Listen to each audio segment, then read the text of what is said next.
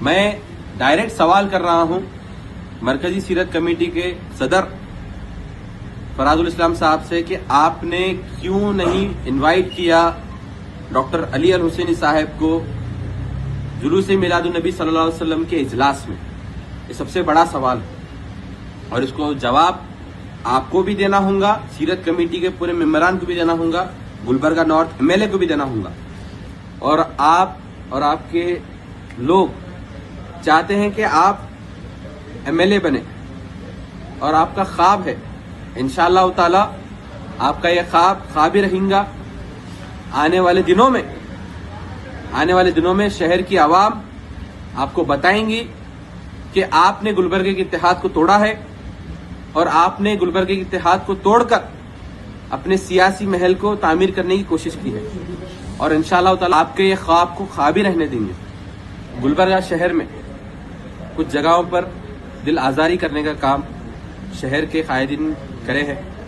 تقریباً 47 ایئر سے 47 سال سے گلبرگہ شہر میں جلوس عید میلاد النبی صلی اللہ علیہ وسلم منایا جاتا ہے جوش و خروش کے ساتھ. اور خبر الاسلام صاحب نے اس کی شروعات کی تھی علماء دین, مشائخین اور سجادہ نشین کو ساتھ لے کر. لیکن اس بار 2026 کے عید میلاد النبی صلی اللہ علیہ وسلم کے اجلاس کو اور اس جلوس کو کامیابی سے منانے کی خواہش تھی گلبرگہ کے لوگوں کی, اور گلبرگہ کے قائدین شاید کچھ اور سوچ کر رکھے تھے, کچھ اور ان کی سازش تھی کہ گلبرگہ کے اتحاد کو توڑے. شرم آنی چاہیے مرکزی سیرت کمیٹی اور مرکزی سیرت کمیٹی کے صدر فراز الاسلام صاحب کو کہ انہوں نے شہر کے امن کو, شہر کے اتحاد کو توڑا ہے. علی الحسینی صاحب کو اس اجلاس میں نہیں بلا کر وہ سمجھ رہے تھے کہ اس اجلاس میں اس جلوس کے موقع پر اسٹیج پر کھڑے ہوں گے اور اسٹیج پر کھڑے ہو کے شہر کے تمام لوگوں کو بتائیں گے کہ میں ہی سب سے زیادہ مقبول ہوں اور میں ہی سب سے بڑا یہاں پر ہوں. اور اسٹیج کی شان وہ اپنے آپ کو بنانا چاہتے تھے, لیکن اسٹیج پر علی الحسینی صاحب کو نہیں بلا کر سب سے بڑی بے شرمی کی حرکت کیے ہیں. میں سیرت کمیٹی کے لوگوں سے, سیرت کمیٹی کے ممبر سے اور سیرت کمیٹی کے صدر فراز الاسلام صاحب سے میں سوال کرنا چاہ رہا ہوں کہ آپ کی یہ سازش کی وجہ سے گلبرگہ کا اتحاد ٹوٹا ہے. کرناٹک اسٹیٹ اوقاف کے چیئرمین بھی ہیں, ان کو نہ بلانا یہ سب سے بڑا سوال پیدا کرتا ہے.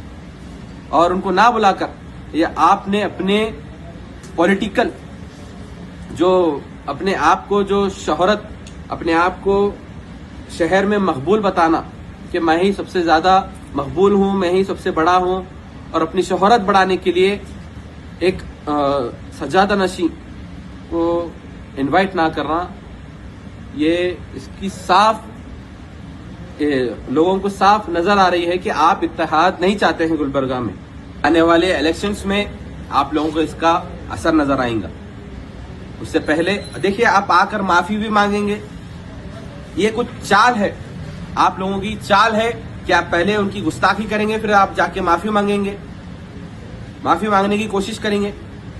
دیکھیے ایک بات ہے, وہ بڑے بولتے تھے جو بڑے ہیں وہ بڑے رہتے ہیں.